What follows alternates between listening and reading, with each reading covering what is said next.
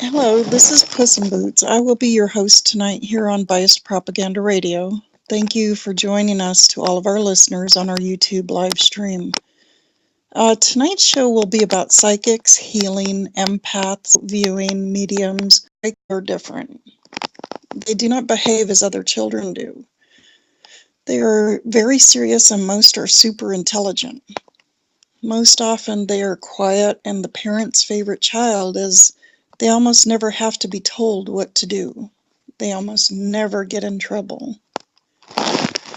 The negative side to this is that they also know things such as the future or the history of an object or the true nature of people without even speaking to them. Their innate super intelligence keeps them from learning at the same rate as others in school. Yeah, they're usually the outcast from the beginning. Other children never take them in, not that the psychic much cares, and would prefer a solitary existence to this. As teens or young adults dating, it's nearly impossible as the psychic sees the lies everyone tells and is not interested in the fakeness everyone has who is not psychic. So they're lonely even as adults. However, this is not a burden. They can be alone and be happy. Alone is better than being with a liar. A psychic can have many different gifts. There is the typical mind reading. For most, it's just knowing what the other person is thinking, no actual words. And then there is those who can hear thoughts word for word. That, however, is rare, thankfully, and it can be excessively scary, and a lot of the psychiatrists will deem them as crazy because they're hearing voices. Sometimes they never realize that they're not actually crazy, but they're actually hearing other people's thoughts. Now, some can see the future happen before it happens, like a movie with or without sound. There are some who can touch things or people and see the history of that object or person, like a movie. That's psychometry. And that can be actually a rather fun thing. To know the history of something is just absolutely awe-inspiring, I think. It does make Christmas suck, though. When you touch a present, you know exactly what's in it and who gave it to you. So Christmas time tends to be rather dull for psychics. There are some who are remote viewers. This talent they do not know is real until they start trying it and confirming that what they are seeing is correct. There is psychics who can see into the future through meditation or see the dead in meditation or in real life. Some are as real and solid as a live person, and the psychic may not know that they're a ghost, unlike the show Ghost Whisperer. She could tell that they were ghosts immediately. Most mediums don't know. Some psychics can have such tremendous gifts, it is like the movie X-Men, from just telekinesis to controlling others' actions to bending space and time, kind of like in the movie The Matrix, where the helicopter hits the building and you see the ripples. That's bending space and time, basically. Usually that's something that a demon could possess, that type of power. So, but there is people who can do that. And if you look, you can sometimes catch it. Mainly it's glitches in photographs or videos. So it makes it kind of awesome to see. But the person usually doesn't know it. And if they ever get mad, I can't even imagine what that power would be unleashed. So thankfully for now, most don't realize it. And sometimes they can make someone die through thought or popping things into non-existence. This was brought up by the movie Men Who Stare at Goats. It was an actual CIA operation where they wanted to see if somebody could literally think someone to death. And so, yes, it's true. We have that ability on some psychics can do that, which can be scary, like I said, if they get upset and it's out of control. So just like in the movie The X-Men, there's not all who can control their abilities. So in fact, most psychics cannot. An empath with or without psychic abilities has a hard time in life as they feel everybody's emotions. More than likely, they think they are having panic attacks. It is usually the overburden of all the energies from everyone else and in the air from cell phone towers or their own cell phone or Wi-Fi. And yes, your cell phone, especially a smartphone, can cause panic. Now, what you could do to test to see if it's your cell phone is you get 2 pieces of foil and you put your phone in it, wrap it up, and have someone try to call. If it does not ring, then your cell phone won't bother you. And then also unplug your Wi-Fi. This will cut down on the panic, and this will stop panic as well. So it'll also help you sleep better. I have seen many articles on how to block. However, they do not work. All these blocking techniques for psychics, empaths, etc., it does not work. I have found one that does. You'll just have to listen to part 2 for all the information that I'm going to provide in part 2 on what we can and cannot do as psychics and empaths to protect ourselves from everyone else. More than likely, an empath is a healer. The two usually go in hand, so to speak. And in the palm reading part, I will go into how to tell if you're a psychic or a healer, etc. A healer has the potential to heal with their hands, as well as remember things that heal the body, and to see into the body like a remote viewing, and to even try to correct things that are wrong.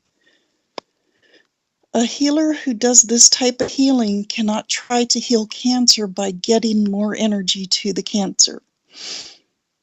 This is very important. The healer must steal the energy from the cancer. You can't forget that. A healer can shrink tumors this way, cancerous or not. A healer can, in many sessions, help conditions that are not curable, like bursitis or arthritis. It won't cure, but it will help, and it has to be done pretty regularly, at least once a week. And it does provide so much relief for those who suffer. A remote viewer can see things or people far away from them almost instantly, like a movie screen. Most who do this think they are just imaginers or dreamers, but in fact they are truly there with that other person. But most of the time the other person cannot see them, thankfully. But it has happened. This is touched upon by the psychic Michelle Bellinger in her book Psychic Dreamwalking, but she calls it dreamwalking. The only way a remote viewer can test their skills is to have a person online or on the phone who is not afraid, first off, and will tell them the truth of their viewing. If they're wearing blue pants and you see white pants, they have to be truthful, etc. Now, not all the viewings show all information correctly or that you can interpret it correctly. So do not be discouraged. It could be as simple as you touched on something else that may or not be important at that moment, such as a future event, etc. Mediums can have a very tough time of it as well. Most often, they see people who have passed on, and to the medium, they are just as real as the living. Some can never tell the difference. Mediums just talk to them. This is like a social worker, kind of. They help just by listening. And not all can hear the dead. Most of the time, they are silent. This could most likely be from the psychic medium not having enough iodine in their system. The iodine gets rid of the fluoride that blocks the third eye. Most empath healers have bad karma. They don't know why. It seems things always go wrong and it brings them down when they think they are good persons, which most likely they are. So they cannot understand why karma is so bad to them. The thing is, most empath healers have to heal or to pass on healing if they are a healer of healers. This will reverse the bad karma. If you're not a good healer, karma will do things to put you in situations to get you healing or nudge you. If that does not work, it will slap you upside the head. So you best do what you're supposed to be doing. And that's how you know in life if you're on the right path. Because when you're not on the right path, fate and karma is going to just kick your ass, literally, until you do what it wants you to do. So pay attention and do what you're supposed to do. Reversing this karma is easy. Always learn about healing, be it physical or spiritual, etc., and pass it along. For me, I always tell other healers the 3 things I learned that is easy for others to remember: baking soda, garlic, and activated charcoal tablets or capsules. It's simple and fast, and the other healer can take that info and look more into it on their own. And if I have time, I go into most of what this show will cover. I will have a follow-up show sometime next week that gets more into depth of protections, etc. Now, on palm reading, I will just cover that which pertains to the show. On the palm, under the pinky, if you're a healer, there will be lowercase l's or capital I lines. If you have at least 1, you're a healer. If you have more than 8, you're a healer of healers. The amount is important. 1 through 8 are learning healers. They need to absorb all forms of healing and herbs, etc. In fact, it's best to get a bag that you can carry most of the items with you at all times. Baking soda, fresh garlic, activated charcoal.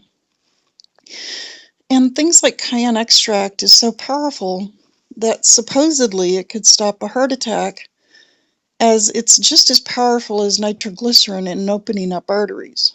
It lowers blood pressure as well. So things like that is something that new healers have to remember, because in a shit hits the fan scenario, probably the only doctors and nurses is going to be the healers. And that's why it's very important that healers learn as much as they can and pass it along to others. And that's where the bad karma comes in, because if you're not doing what you're supposed to, karma's going to kick you. So yeah. Okay. Healer of healers have people who are drawn to them always. Most want to touch the healer of healers. This is something I will cover soon. A healer of healers can heal in dreams or remote viewing from just a picture or the person's whole name. A healer can heal with their hands. The hands get hot. But this type of healing, the healer needs to learn to get rid of the energies they take from others through touch. Epsom salt baths work wonders for getting rid of the energies, as does running water over the hands. Even rubbing salt on hands will work. Okay, in the middle of the palm is two lines. This is the heart and head lines. If between those two is a cross or an X, this is your psychic lines. The more one has, the more powerful they are. The palms and feet have the same markings. It is my belief the powers that be know this as well and use those who have this mark as guinea pigs in vaccine lot trials to try to make an autistic person not a psychic. If you are a psychic, more than likely you have an autistic child. The powers that be know and want everyone blind to what is coming. Even the psychics, they try by giving them flu shots, etc. So learn what gets rid of the psychic blinding shit out of your body like the mercury. Okay, on the outer edge of the palm towards the wrist, if it's red or pinkish, just a slightly darker color than the rest, that means you have dreams that come true. This is one of the most scary of all the gifts. You're just asleep, you see scary things, and when you wake, you think, okay, it was a dream. Then the next day, or even that day, the same thing that was in your dream comes true. Now, it's not always correct. It can be symbolic, such as a nuke in the dream may mean a massive event. It usually does mean an explosion, though. There's really not much in the way of info on precog dreams and how to enhance or expand this gift. There are other psychic lines on the palm, but this for the most part will do in learning if you're a psychic healer, etc. Okay, now I want to cover a little more time on psychic vampires than the rest, as this is a major problem in society. As a healer, you have more energy than most people. You can wake up after a few hours of sleep and be ready to go as soon as you stand up. Non-healers take forever to wake up. Psychic vampires love healers. They seek them out in a crowd and actively try to touch the healer, mainly with their hands on their back or by constant handshaking. And this is called getting their hooks into you. They have hooks in their hands that will attach into your energy center and drain you. Once a psychic vampire has clapped you on the back with their hands or shake your hands, they immediately start siphoning off your energy. Now, excuse me, you may feel a headache coming on or feel panicky or just not feel right. You have to cut the cords right away before it sets in and they use you as a food source for the rest of your life or the rest of theirs. Now, what you do is you imagine that your hands have energy extending out of the fingers, which they do. You grab the hooks. You should just feel it, as most healer empaths are very in tune with their bodies. Grab it and pull it out. Now, it's not that simple. It may reattach, as this is the strongest form of psychic attachment, psychic vampire attachment. When it goes back, you just imagine the end of your fingertips as a laser, and you cut away that hook. It could take hours. You have to be vigilant and do not stop until you do not feel it come back.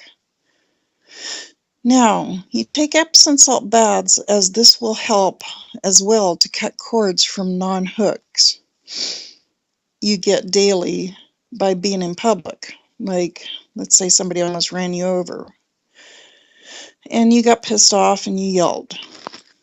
Well, that creates a link between you and that person. So you need to cut the cords from that too. Psychic vampires are most likely unaware they do it. These are the most common. There is the complain all the time type. They try to get everyone mad by complaining. Then that burst of energy they get when they get pissed is what the complainer vampire sucks off of. If you do not get mad, they move on to easier targets. This is the same as online. It can happen online too. You are not safe just because you sit at a computer screen. Online trolls are the most common psychic vampires there is. They feed off of those who get mad at their stupidity, etc. Do not give in and do not feed the trolls. And I'm pretty doggone sure that's where the term comes from. Don't feed the trolls. You're giving your energy away when you get mad, when you get upset, when you get frustrated. Okay. There is the victim vampire. Oh, poor me, I got beat up by my other half, or I got arrested, or I got my money stolen. It's always something with them. You feel they create this situation to get attention, and you're correct. They seek sympathy, and in that moment you feel a burst of empathy for them. They feed off that burst. If you do not give it to them, they move on to others who will feed them. They too are drawn to healers. There is the gossip vampire. This one talks about other people all the time. They always stand close to you. Usually always the psychic vampires stand to the left of non-vampires. For some reason, this is the best way for them to feed. When you have that, oh, I want to hear more burst, they feed off of that. Or that I hate you burst, they feed off of that. Or that I want you to leave me alone burst, they feed off of that. They are the most opportune psychic vampires in that they will take whatever burst comes from you. This vampire is the most dangerous to your career type if they work with you. Unless you let them feed off of you constantly, they won't destroy your career somehow. So this one I tread carefully around. I give them enough and move on with my day so they won't be suspicious and get pissed off at you and try to ruin you. Okay, there is the crazy psychic vampire. These are dangerous as well. Most psychic vampires don't know they are vampires, nor do they know they are most likely healers, but they are very dangerous. They, for the most part, will not touch you, but will try to hear you in some way. No bursts out of you at all, and they will leave you alone. They will stop. The holier-than-thou vampire can fall under the gossip vampire, so we won't even bother with that. There is those who want constant attention for the good they do or trying to improve themselves, psychic vampires. These are most likely a good friend at work. They always want to do better diets or meditation or yoga. They seem very nice and associated with victim vampires, in that if you do not allow them to draw off of you constantly when nobody else is around, then they talk bad about you to others, cry, and tell others you treated them bad, thus turning into gossip vampires. They have to be around someone nonstop. This vampire is dangerous to your job as well. Most likely they are bosses themselves and can lie, cheat, or steal if you do not give them what they need. So try to just give them enough to cut them off so they won't take offense, etc. I'm rolling my eyes. This is a difficult one, to say the least, as they try to make out like your friends, when it's just them they truly care about and always will. There is the true psychic vampire, the bodiless psychic vampire. This one, be not mistaken, is the worst of them and will make you feel or wish you have died. It can happen from a cursed object, like buying a necklace for cheap or getting it free for shipping, is the most likely in this scenario. It's best to cleanse all things you get with salt and white sage before putting them on, etc. As most who sell or give these items away have cursed it or whatever they do, and they use it to draw off your soul and or energy. Okay, now there is an author of Vampires, the Occult Truth, Constantinos, who has a whole chapter that talks of protection from this. It works. Go get his book, read it, do what he talks about, and it stops the true psychic vampire attacks. It may help on everyday psychic vampires too. The main premise in the other vampires or trolls is to not get angry, no bursts of anything like sympathy or empathy or love even. They want and feed off of that burst. Okay, now I'm going to try switch now and go into ghosts. This is a touchy subject in that most do not want to face the fact that they too will die one day. So most do not want to talk or read or anything on the subject. And when one gives up the fear of death, they're truly free men. Ghosts can be anything from barely their apparitions to audio only, to visual only, to full-on, full body, full talking, full psychic, full-on telekinetic, or wraiths or poltergeists.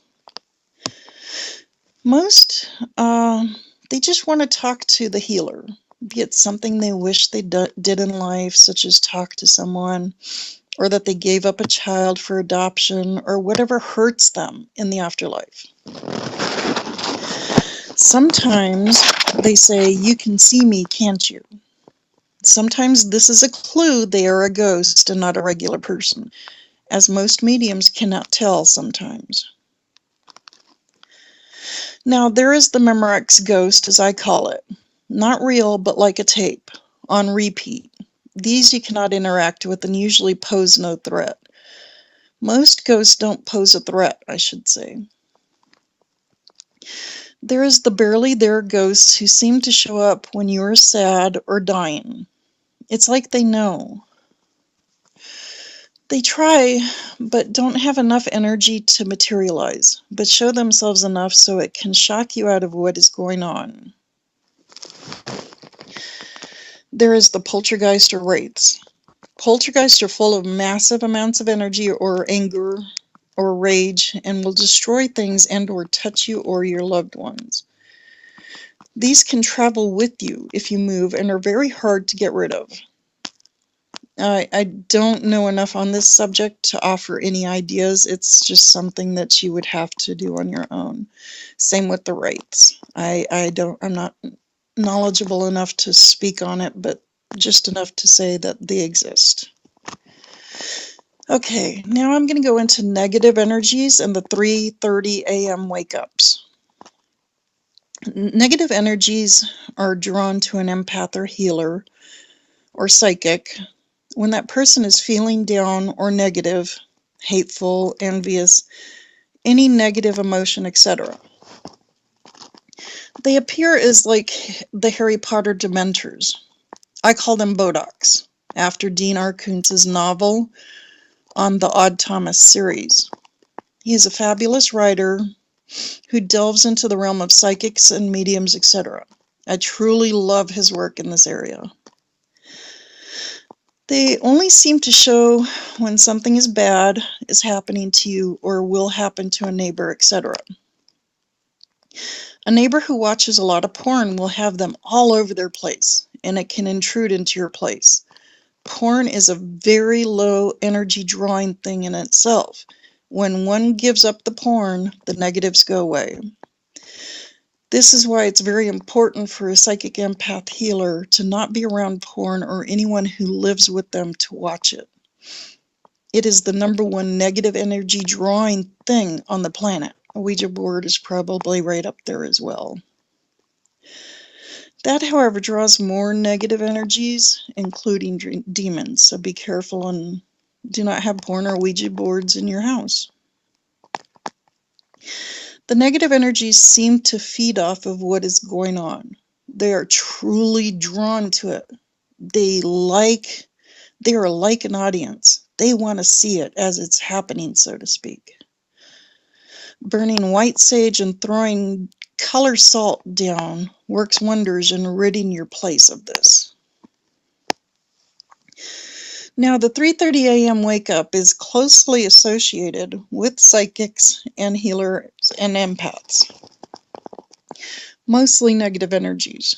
If you go to bed scared, pissed, mad, envious, wishing for a past that never happened, lust, any negative emotions, this can draw the negatives to you. If you wake at this time and smell sulfur, change what the heck you are doing right away, because sulfur is most likely demons. This is way, way, way, way, way bad, and you do not want them to be drawn to you, so change what you're doing right now.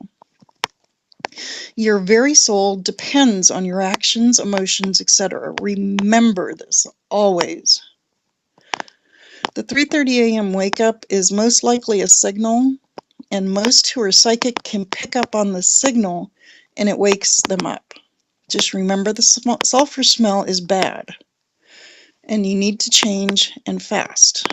Burn white sage immediately, throw down color salt immediately. Okay, I want to add seeing deities or death itself. Some can see deities such as Loki or Zeus or death itself, or gods, whatever you want to call them. When seeing Loki, it's a playful deity, but in the case of Zeus, you should bow to show respect. Should you be there with them for more time after you bow, then you can ask for what you desire.